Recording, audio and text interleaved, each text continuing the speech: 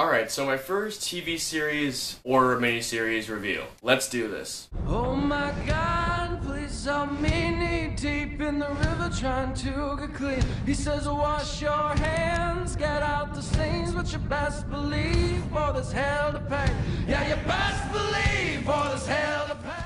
Saying, get back! Get the ball! Oh my God, please help me waist deep in the river. Can you hear my plea? No matter what you do, you're gonna learn the truth. Hit the bread that once was sown, but from a cliff never broke a bone. I gotta get the kings on the throne, and I'm all alone. And the fire cross, and I'm all alone. And the fire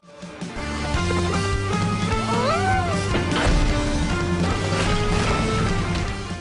The Hatfields and the McCoys. So the Hatfields and the McCoys is based off of the feud between the Hatfields and the McCoys families that took place in, I think, the late 18th century and ended in the early 19th century. Comment down, just let me know if I'm wrong there. This feud was so legendary back then because the Hatfields and the McCoys were known for just hating each other's guts. And it was to a point where they actually just killed each other. Fuck 'em!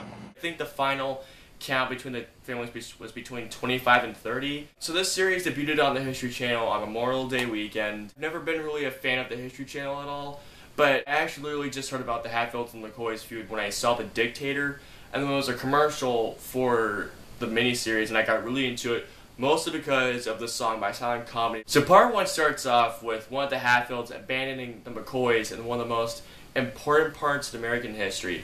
And then once one of the McCoys gets back, he confronts one of the Hatfields, and things don't go so well on their first meet. Things kick in gear once a Romeo and Juliet subplot comes in that really gets the two families at each other's guts. Part 2, the subplot is a little bit dissolved. Action started occurring between the two families that gets each other pissed off. Then there's one action that occurs that just gets them, alright, I'm done with you.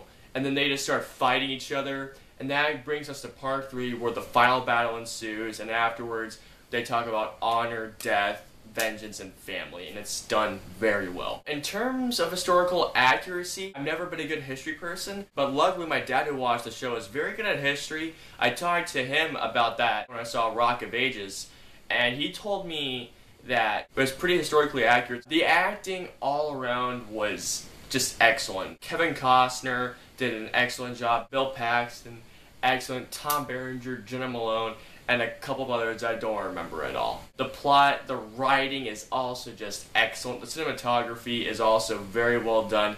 The dialogue is also very well done, especially when the main two McCoys and Hatfields are talking to each other. There is literally so many words that are spoken that are like, oh god, I hope they don't go there. And one of the things I loved about this series was that I did not know who to root for. It was like in Warrior when I was watching Tom Hardy and Joel Edgerton go at it in the Octagon for the first time. They both do equal actions that are very severe. The battle scenes when it comes to just the fighting, the gun sequences, or just using dialogue is very well done. There's this one sequence, I think it was in part 2, where they're at a state fair. The main Hatfield and the main McCoy are with their wives, and they just do like a little crossroad. There are just so many parts in the series where you don't know what's gonna happen, and once it does happen, you're like, oh, they just went there. Oh, they're done. Now, if there's one thing I did not like about the series, it's that mostly in part 1, and I know this is for character development, but there were a couple scenes in part 1 that dragged a lot. And I know that part 1 has to have a lot of character development because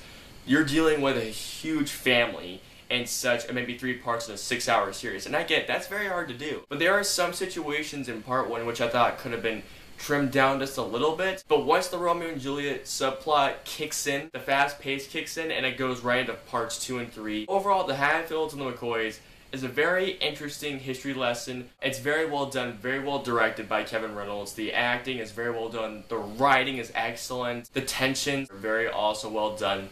But there are some parts that do tend to drag on just a little bit. So I'm going to give the Hatfields and the McCoys 4.5 out of 5 stars. So comment down, let me know below of a TV series or miniseries that when you saw a preview to it, you were like, I'm not too sure.